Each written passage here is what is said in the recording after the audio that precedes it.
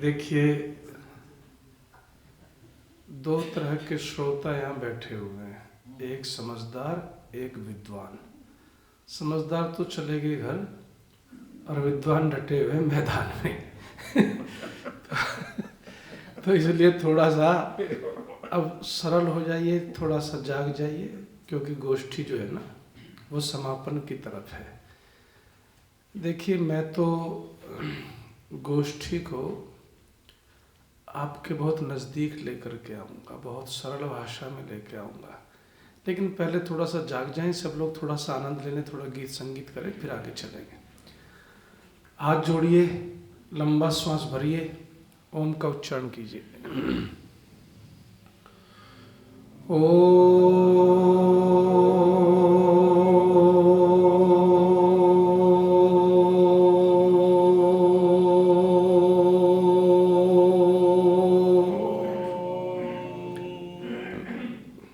एक बार फिर से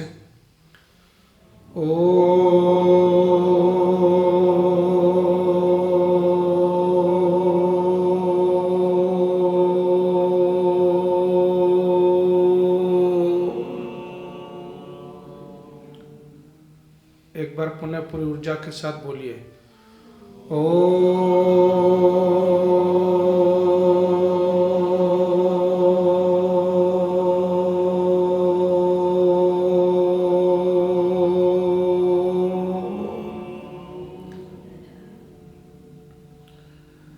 अग्न आया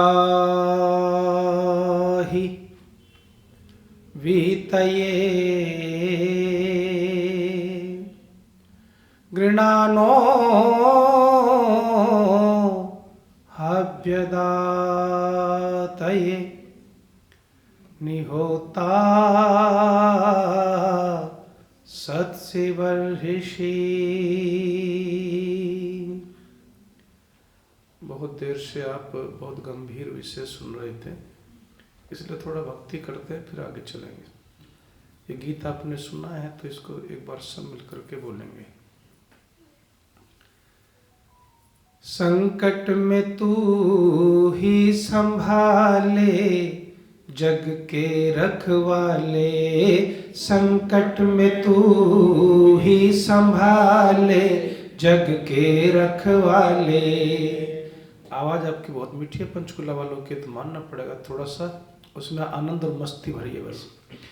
जीवन में तू ही संभाले जग के रखवाले, जीवन में तू ही संभाले जग के रखवाले। भव सागर में, भव सागर में डोलती नैया, भव सागर में डोलती नैया कर दी है तेरे हवाले जग के रखवाले, कर दी है तेरे हवाले जग के रखवाले। जीवन में तू ही संभाले जग के रखवाले, संकट में तू ही संभाले जग के रखवाले। हम सब खेल खिलौने तेरे, बोलिए, हम सब खेल खिलौने तेरे, जैसा भी खेल बना ले जग के रखवाले, जैसा भी खेल बना ले जग के रखवाले। जीवन में तू भी संभाले जग के रखवाले, संकट में तू ही संभाले जग के रखवाले। देखिए, मैंने इसमें लिखा, मैंने आपको बताया था पहले दिन जब सुनाया कि रात को 3 बजे जब मैं घिरा हुआ था बवंडर में शादी के चक्कर में, तो स्विमिंग पूल पर बैठ करके मैंने ये गीत लिखा रात के 3 बजे। पेन भी नहीं था उस दिन, तो फ़ोन में रिकॉर्ड कर लिया, अगले दिन जा कर के लिखा। इसमें मैंने एक भाव डाला है कि हम लोग समुद्र में पड़ी हुई लकड़ी की तरह से है, क्योंकि दिमाग थक जाता है बहुत गंभीर चर्चा सुन के, उसको रिलैक्स भी करेंगे फिर आगे चर्चा करेंगे। तो हमने कि समुद्र में पड़ी हुई लकड़ी को किनारा नहीं मिलता, इधर से लहर उठती है इधर चली जाती है, उधर से उठती है उधर चली जाती है। मैंने कहा परमात्मा से है तो हम कुछ वैसे से ही, लेकिन भक्त हैं, कुछ अधिकार हमारा भी है, तो फिर भी किनारा चाहिए। थोड़ा आनंद में भर के बोलेंगे। समुद्र में लकड़ी, समुद्र में लकड़ी के जैसे हम, समुद्र में लकड़ी के जैसे हम, हमें भी किनारे लगा ले जग के रखवाले, हमें भी किनारे लगा ले जग के रखवाले, जीवन में तू ही संभाले जग के रखवाले, संकट में तू ही संभाले जग के रखवाले। और सच्चा साथी तो परमात्मा है जी। साथी ना तेरे, साथी ना तेरे जैसा है कोई, साथी ना तेरे जैसा है कोई, हमें भी तू ही अपना ले जग के रखवाले, हमें भी तू ही अपना ले जग के रखवाले, संकट में तू ही संभाले जग के रखवाले, जीवन में तू ही संभाले जग के रखवाले। अब जरा हाथ जोड़ के आंखें बंद करके बोल दीजिए। हम है पतंग तेरे हाथ में डोरी, हम है पतंग तेरे हाथ में डोरी, हम है पतंग तेरे हाथ में डोरी, चाहे जिधर भी उड़ा ले जग के रखवाले, चाहे जिधर भी उड़ा ले जग के रखवाले, जीवन में तू ही संभाले जग के रखवाले, जीवन में तू ही संभाले जग के रखवाले।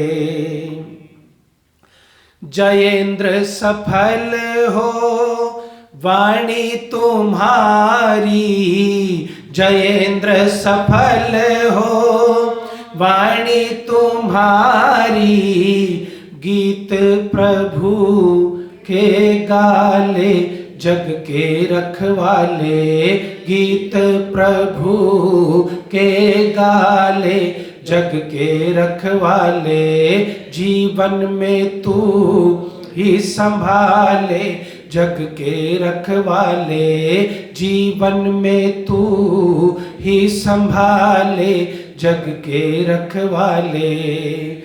भव सागर में डोलती नैया, बोलिए भव सागर में डोलती नैया, कर दी है तेरे हवाले जग के रखवाले, कर दी है तेरे हवाले जग के रखवाले, जीवन में तू भी संभाले जग के रखवाले, जीवन में तू ही संभाले जग के रखवाले।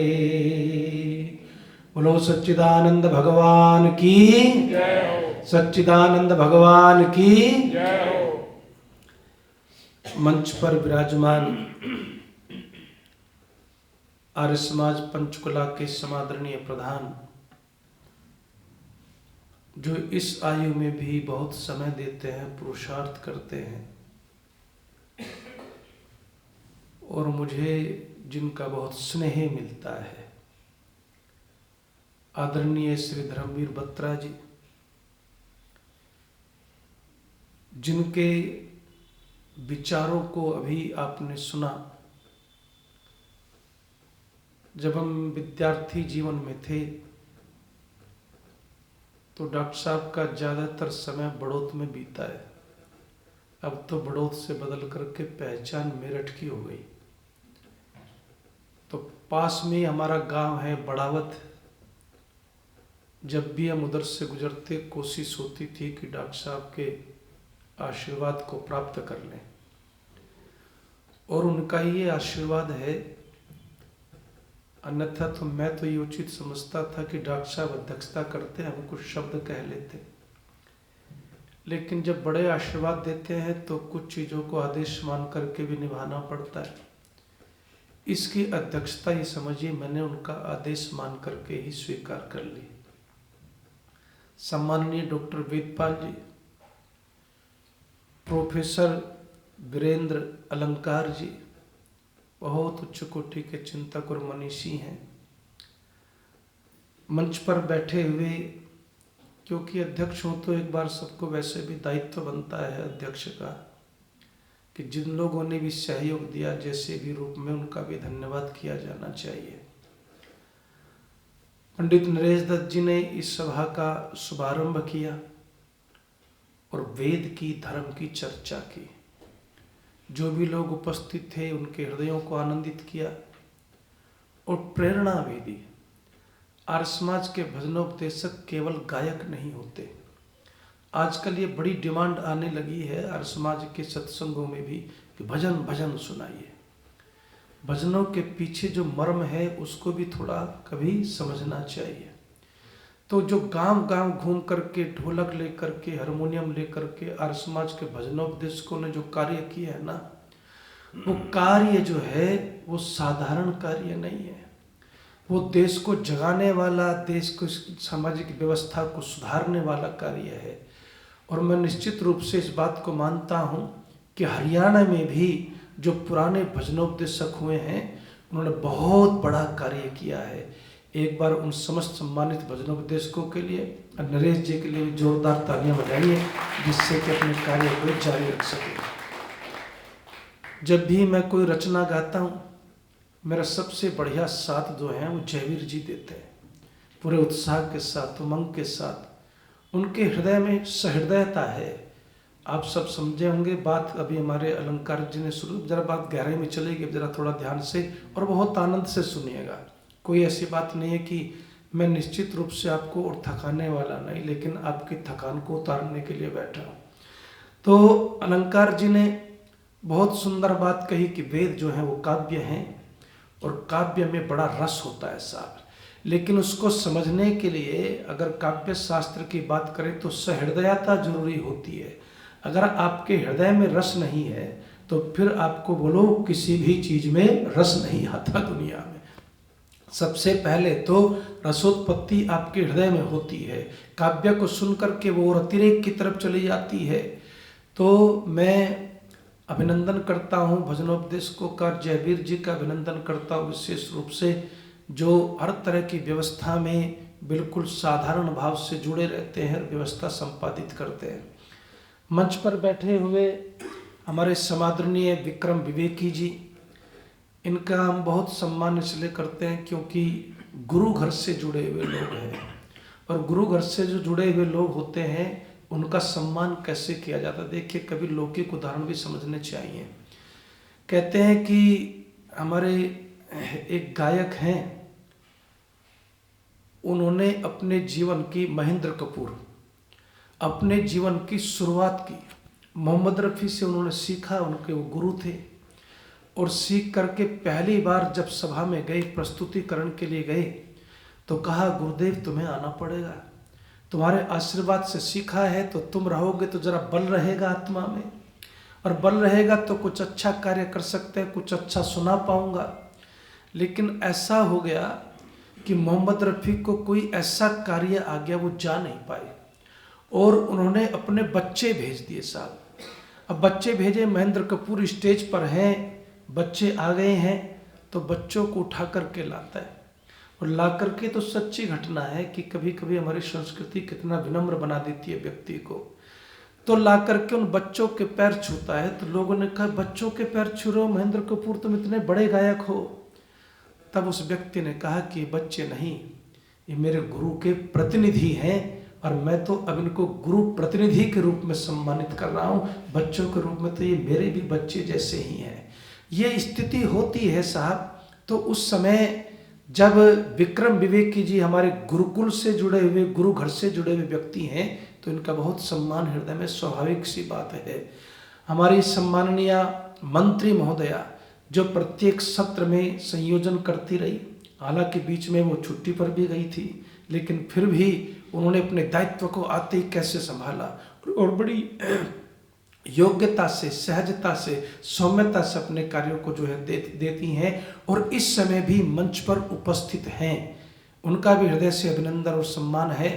हमारे आज की सभा के संयोजक, हमारी आज की सभा के संयोजक, जब इन्होंने सभा का शुभारंभ किया तो शुभारंभ करते ही आपको ये बात समझ में आ गई होगी कि कोई और तैयारी करके आया हो ना आया हो, लेकिन संयोजक जी बोलो इस सभा की पूरी तैयारी करके आए हैं साहब। और वो तैयारी दिख रही थी उनके आरंभ में, उनके शुभारंभ में वो तैयारी नजर आई। तो प्रधान जी कहने लगे कहीं ऐसा ना हो कि व्याख्यान लंबा हो जाए है। लेकिन मैं ये कहता हूँ कि जो व्यक्ति तैयारी करके आता है ना, उसके 100 में से 100 नंबर उसको देने चाहिए और इसमें डॉक्टर रमेश बाबा जी को वो नंबर मिलने चाहिए, क्योंकि ये गोष्ठी का विषय है। और मैं आपको बताऊं, मैंने तो बहुत पहले गोष्ठियों में जाना बंद कर दिया था। क्यों बंद कर दिया था ये भी सुन लो, सच्ची बात करूंगा, हर समाज के मंच पर बैठा हूँ। गोष्ठियों में जो जाते हैं ना, इतने लंबे लंबे फर्रे लिख के ले जाते हैं, 10-10 पेज के, 20-20 पेज के, और सुनने कोई नहीं आता। यहाँ कम से कम कुछ श्रोता तो हैं, वही जो मंच से उतरते हैं वो सामने बैठ जाते हैं और फिर अपने गप्पे मारते हैं। मैं तो एक जगह संगोष्ठी में गया, दोपहर में मेरा नंबर आया, तो दोपहर में खाना खाने के बाद संगोष्ठी शुरू हुई। लाइन लगा के जिसको देखूं वही कुर्सी पे पसरा हुआ है। मैंने कहा भले आदमी यार, मैं तो अपने घर पे ही जाके पढ़ लूँगा इस प्रबंध को, यहाँ पढ़ने की क्या जरूरत है। तो गोष्ठियों का जो विषय है वो थोड़ा जटिल होता है। मैं एक बात आपको जरूर कहना चाहता हूँ कि आप जो हैं विषयों को भी ऐसा रखें जिससे कि साधारण जन भी उसको सुन सके। अब चलिए आगे चलता हूँ, एक अध्यक्ष का दायित्व निभाता हूँ। पहले सबसे पहले वक्ता के रूप में हमारे बीच में उपस्थित हुए प्रोफेसर वीरेंद्र अलंकार जी। बहुत सारी रिसर्च उन्होंने की, बहुत सारा शोध किया, शास्त्रों में पुरुषार्थ किया हुआ है। ये उनकी भाषा शैली से भी, उनके प्रस्तुतिकरण से भी, ये उनके व्याख्यान से भी आपको, बोलो थोड़ा थोड़ा मेरे साथ बोलते रहो, अब समय आ गया खुलने का है आपको समझ में आया है साहब। उन्होंने बहुत अच्छी बात कही, वेद काल को लेकर के, वेद के समय को लेकर के बहुत बढ़िया एक बात कही। और आखिर में दुनिया ने कम से कम और कुछ माना हो या ना माना हो, ये जरूर मान लिया कि कालखंड कोई भी हो, लेकिन दुनिया में सबसे प्राचीन ज्ञान कौन सा है बोलो, वो केवल वेद का ही है। और यदि तार्किक दृष्टि से आप चिंतन करेंगे तो निश्चित रूप से महर्षि दयानंद की इस बात को भी दुनिया को एक दिन स्वीकार ही करना पड़ेगा, क्योंकि वेद जो है वो सृष्टि के बोलो आदि से ही है साहब। ये जो बात उन्होंने बहुत महत्वपूर्ण कही और कहा कि ये जो काव्य है ना, ये काव्य अगर जनता के उपयोग के लिए ना हो, अगर इसको कोई समझने वाला ही ना हो, अगर इसको कोई व्यवहार में उतारने की विधि ही ना हो, तो फिर ऐसे काव्य का क्या करेंगे हम। बात बिल्कुल प्रैक्टिकल व्यवहारिक बात कही है, और मैं वही बातें कर रहा हूं जो बिल्कुल व्यवहारिक बातें हैं, जहां से आपको अब कुछ संदेश लेकर के जाना है। आखिर कल से आप उठेंगे तो इस गोष्ठी के बाद नया क्या होगा, बस वो चीज मैं आपके सामने इस समय रखना चाहता हूं। ये तो बहुत अच्छी उन्होंने बात कही अपने व्याख्यान में, काल की बात की, वेद काव्य उसकी बात की, और दूसरी बात की कि वेद जो है वो समझ में आने चाहिए।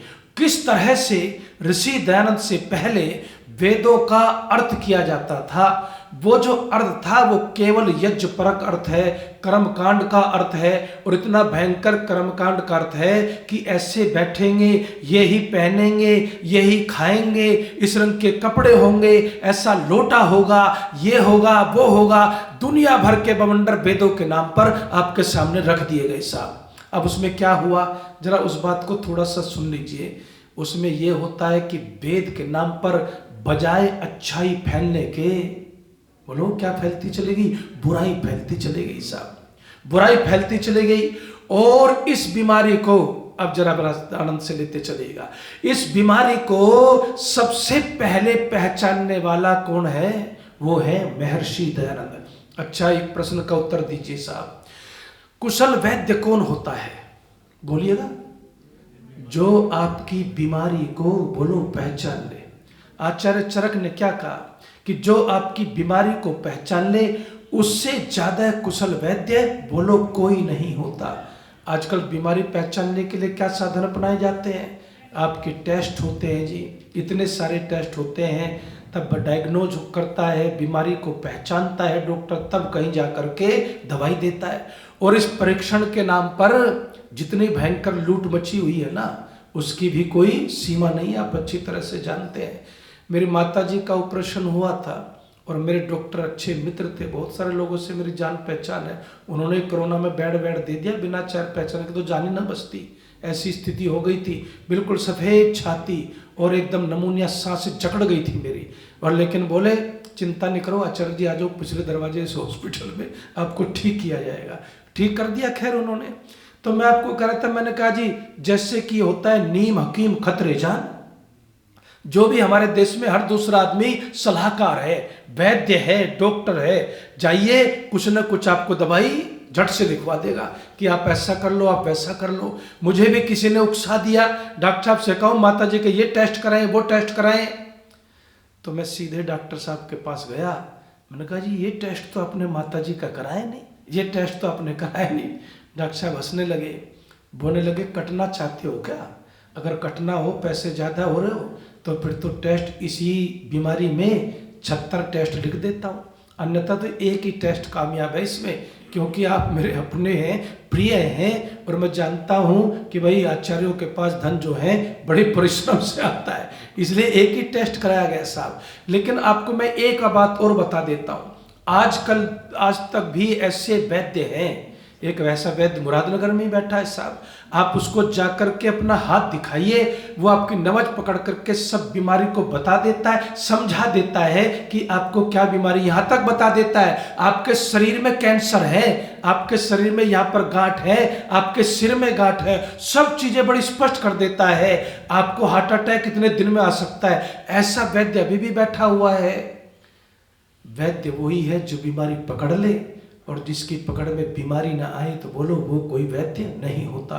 और मुझे ईमानदारी से अपनी बात कहने दो साहब, मैं निश्चित रूप से कहता हूँ धुरंधर विद्वान बड़े हुए होंगे, बड़े बड़े वेद के भाष्य करता हुए, लालित्यपूर्ण संस्कृत लिखी उन्होंने, अपनी भाषा बहुत अच्छी लिखी, लेकिन कोई ऐसा वेद भाष्य करता ना हुआ जिसने इस बीमारी को पहचाना हो जो वेद के नाम पर फैल रही थी। उस बीमारी को पहचाना किसने, महर्षि दयानंद सरस्वती ने उस बीमारी को पहचाना, और उस बीमारी को पहचान करके दूर करने का, मैंने कितनी बार कहा, फीकी खीर फीकी तालियों में आनंद नहीं आता, जब बजाओ ढंग से हो जाएगा। कैसे पहचाना, जरा इसको सुन लो। जैसे अभी हमारे श्रद्धेय डॉक्टर वेदपाल जी ने चलते चलते मेरे काम की बात कही सारी उनकी काम की बात थी, लेकिन चलते चलते जो वो उद्देश्य है, जो अभिधेय है उनके शब्दों में, जो लक्ष्य है संगोष्ठी का, वो देते हुए चले गए बहुत सरल भाषा में, और उसी को मैं आपको समझाना चाहता हूं। अच्छा बताइए बीमारी क्या थी? बीमारी ये थी कि जो भी कार्य होता था इस देश के अंदर वो वेद के नाम पर होता था। गलत कह रहा हूं जी? जो भी कार्य होता, पशुओं की बलि दी जाती तो उसके पीछे क्या कहा जाता?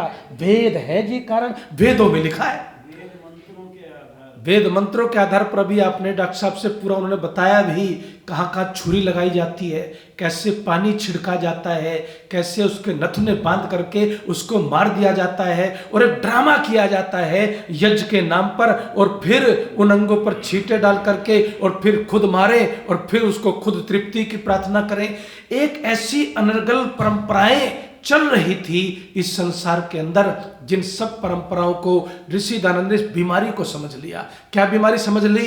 कि इस देश के लोगों की आस्था वेदों में है। किसमें है बोलो?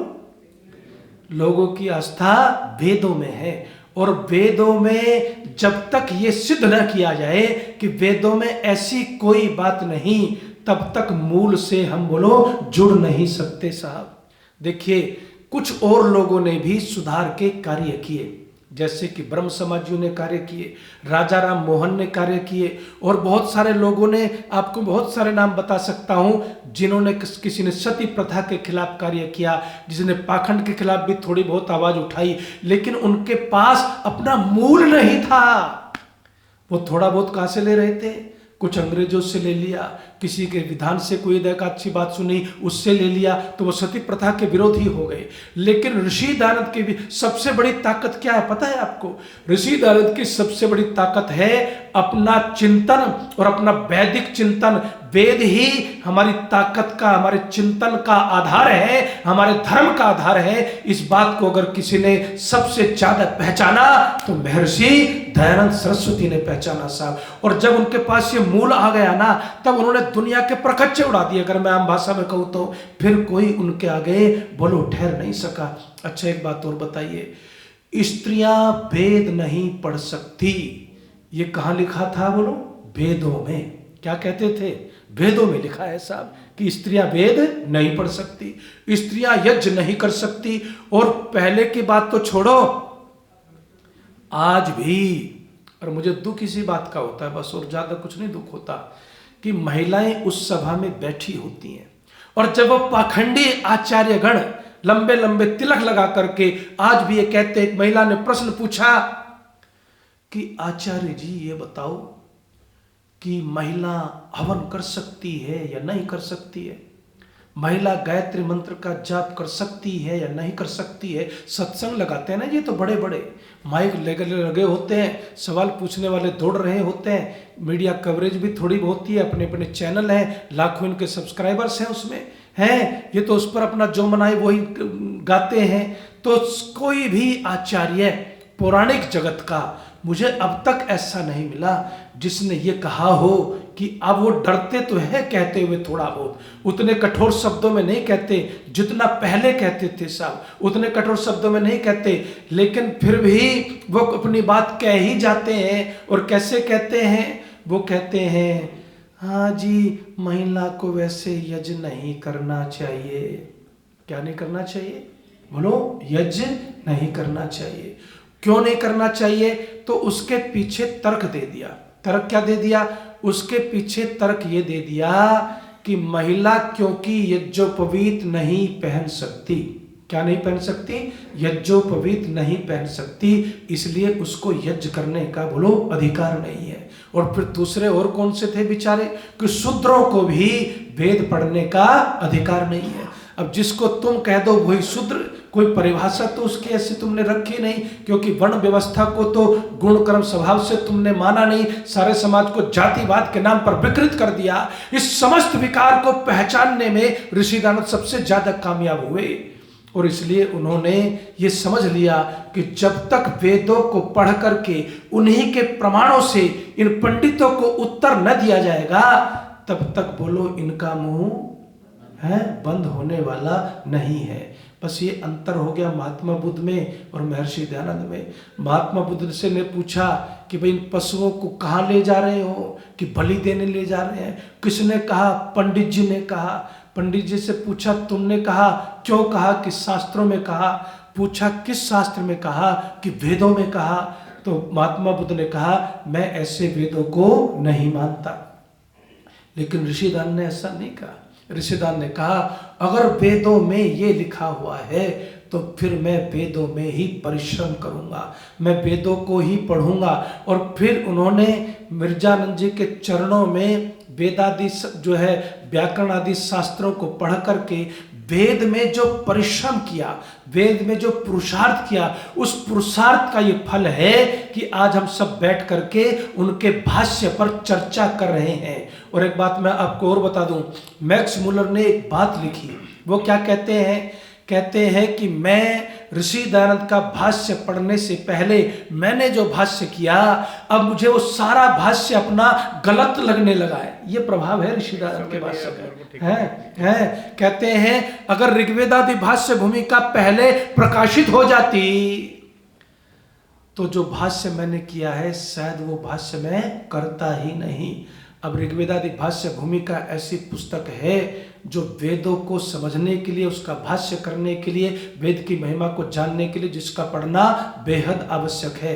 तो मैक्स मुलर ने क्या कहा, कहते हैं कि मैंने जो भी भाष्य किया वो सब हास्यास्पद सा हो गया, क्योंकि एक व्यक्ति ऐसा है, देखिए करिश्मा क्या है, एक व्यक्ति ऐसा है जिसने जिस भाष्य पर हम हंसते थे, जिस बात को लेकर के हम मखौल उड़ाते थे भारतीयों का, भारतीय परंपरा का, ऋषि परंपरा का, उसी में वो कहता है व्यक्ति, क्या कहता है कि मेरे लिए तो ये हास्य का विषय था, विष्णु भी देवता, शिव भी देवता, रुद्र भी देवता, गणेश भी देवता, ये भी देवता, वो भी देवता, बहु देवतावाद की बात सुन करके हम लोग हंसते थे। कैसे वेद हैं ये, कैसे वेद हैं, कैसा इनका ज्ञान है, इतने बहुदेवतावाद भरा पड़ा इसमें। कहते हैं ये सब हमारे जो हंसने के विषय थे। जब ऋषि दयानंद की ऋग्वेदादि भाष्य भूमिका को पढ़ा तो उस व्यक्ति का दिल खोल करके कमेंट्स जरा सुनिएगा। वो व्यक्ति जो विदेशी है, वो व्यक्ति जो कभी वेदों का उपहास उड़ा रहा था, वो व्यक्ति जो वेदों को बिना समझे ही अपनी बातों को थोपना चाहता था विश्व के ऊपर कि मैंने संस्कृत थोड़ी बहुत पढ़ ली है तो मैं भी वेद भाष्यकर्ता बन गया हूं, उसको जवाब मिला साहब, उसको जवाब मिला। तो जवाब मिलने के बाद, ऋषिकृत ग्रंथों को पढ़ने के बाद मैक्स मुलर ने पता है क्या कहा कि ये व्यक्ति पूरी तरह से वेदों को सम्मान बढ़ाने में बोलो सफल हो गया साहब। जिनको हम कहते थे बहुदेवतावाद पर हंसते थे ना, ये सिद्ध कर दिया महर्षि दयानंद ने कि वेदों में कोई बहुदेवतावाद नहीं है, बोलो एक ही ईश्वर का वहां पर प्रतिपादन किया गया है। ये करिश्मा कर दिया ऋषि दयानंद ने। और ऐसे कितने करिश्मे किए आपने।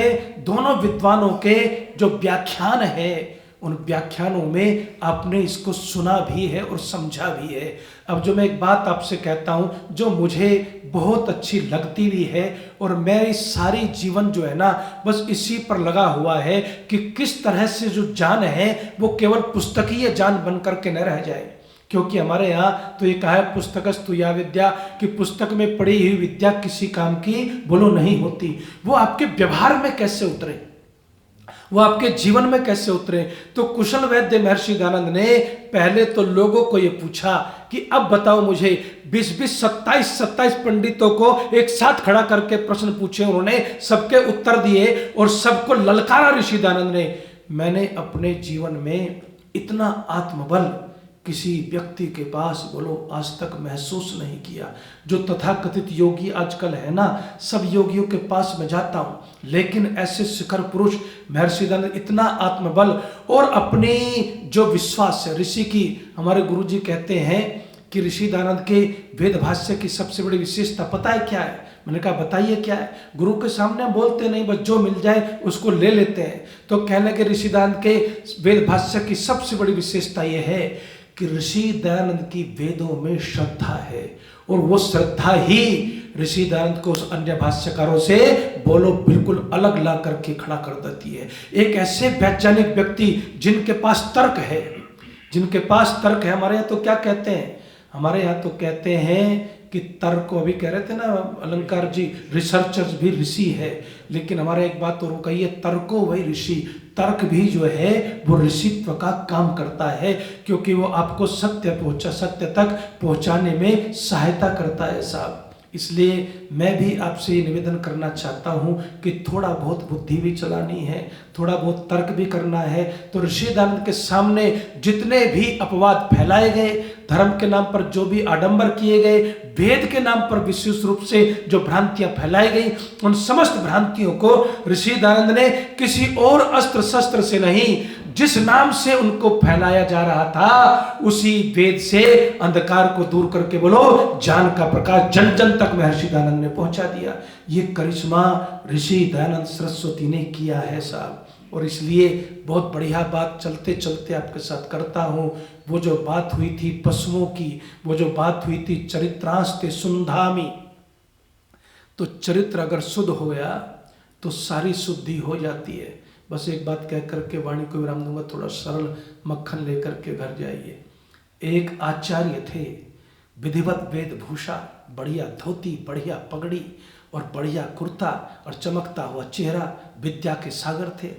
राजा ने एक दिन प्रश्न पूछ लिया और प्रश्न ये पूछा कि ये बताओ कि चरित्र बड़ा है या विद्या बड़ी है। अब आचार्य जो है उन्होंने कहा कि देखो थोड़ा सा वक्त देना पड़ेगा महाराज, ये ऐसे नहीं समझाया जा सकता। मैं जो भी कहूँगा उसके खिलाफ तर्क खड़े हो जाएंगे। मैं कहूँगा विद्या बड़ी है तो फिर तर्क कुतर्क हो जाएंगे। मैं कहूँगा चरित्र बड़ा है, मैं इसको सिद्ध करूँगा और कभी अवसर आने पर सिद्ध करूँगा, अभी आज इसको सिद्ध नहीं कर सकता। ध्यान से आप सुनने, जरा अंदर इसको जाने देना है। चरित्रास्ते सुंधामी पर अपनी बात को विराम दूंगा। तो मैं आपको कह रहा था कि उस समय जब आचार्य ने समय मांगा, राजा ने कहा कि ठीक है। कुछ समय बीत गया, राजा के दिमाग से भी प्रश्न ओझल होने लगा और फिर वक्त आया कि एक दिन ऐसा करते हुए कि वो कोई और भी तुम्हें देख ले, कैशियर भी तुम्हें देख ले। आचार्य जी ने एक स्वर्ण मुद्रा जो है कोष में से उठा ली और उसको उठाते हुए जो कैशियर था या कोषाध्यक्ष था उसने उनको देख लिया। जब उसने उनको देख लिया तो देखने के बाद उन्होंने ये महसूस किया, ये अनुभव किया कि भाई ये जो आचार्य है कमाल है यार, ये चोरी कर रहे हैं। अपनी आंखों पर भरोसा नहीं हुआ लेकिन चुप रहा। इतने बड़े आदमी के खिलाफ एकदम से कैसे इल्जाम लगाए। बोले कि कोई जरूरत होगी, एक स्वर्ण मुद्रा चलेगा काम। फिर दूसरे दिन 2-3 ले ली, तीसरे दिन ले ली, चौथे दिन ले ली। अब जब 5 दिन तक ये चोरी का क्रम चलता रहा ना, अब तो उसने सोचा हिसाब किताब होगा, दंड मुझे भरना पड़ेगा। तो वो राजा के पास पहुंच गया।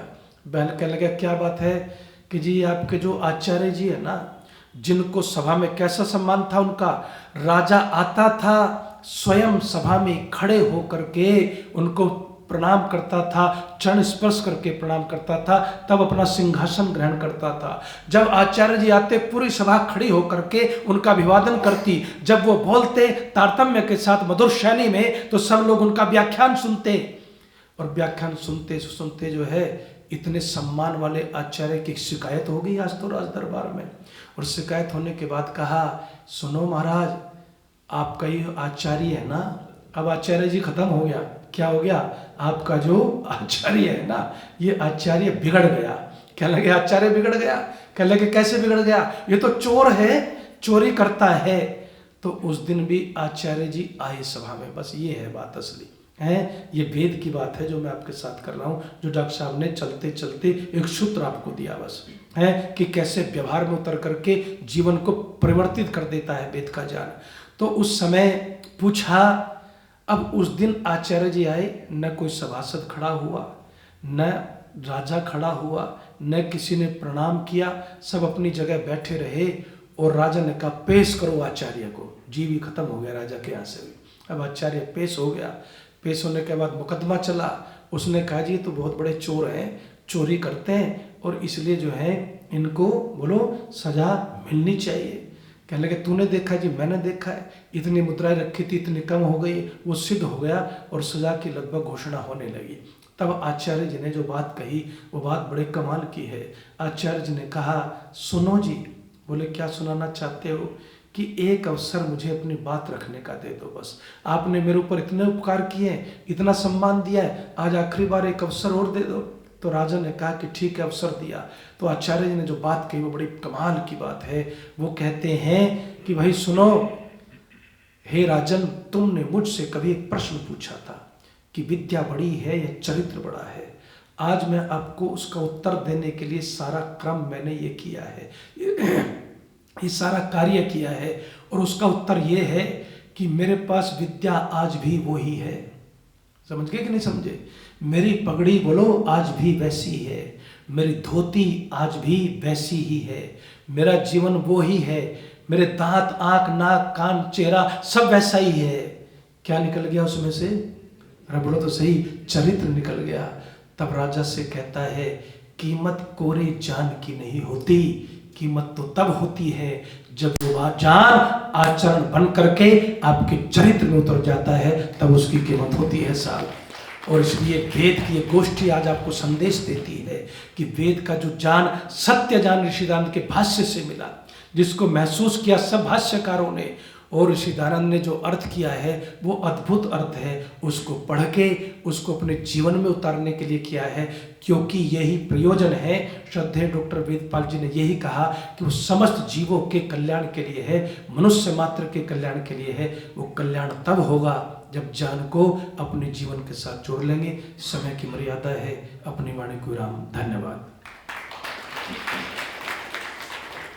आचार्य श्री का बहुत बहुत धन्यवाद। बहुत ही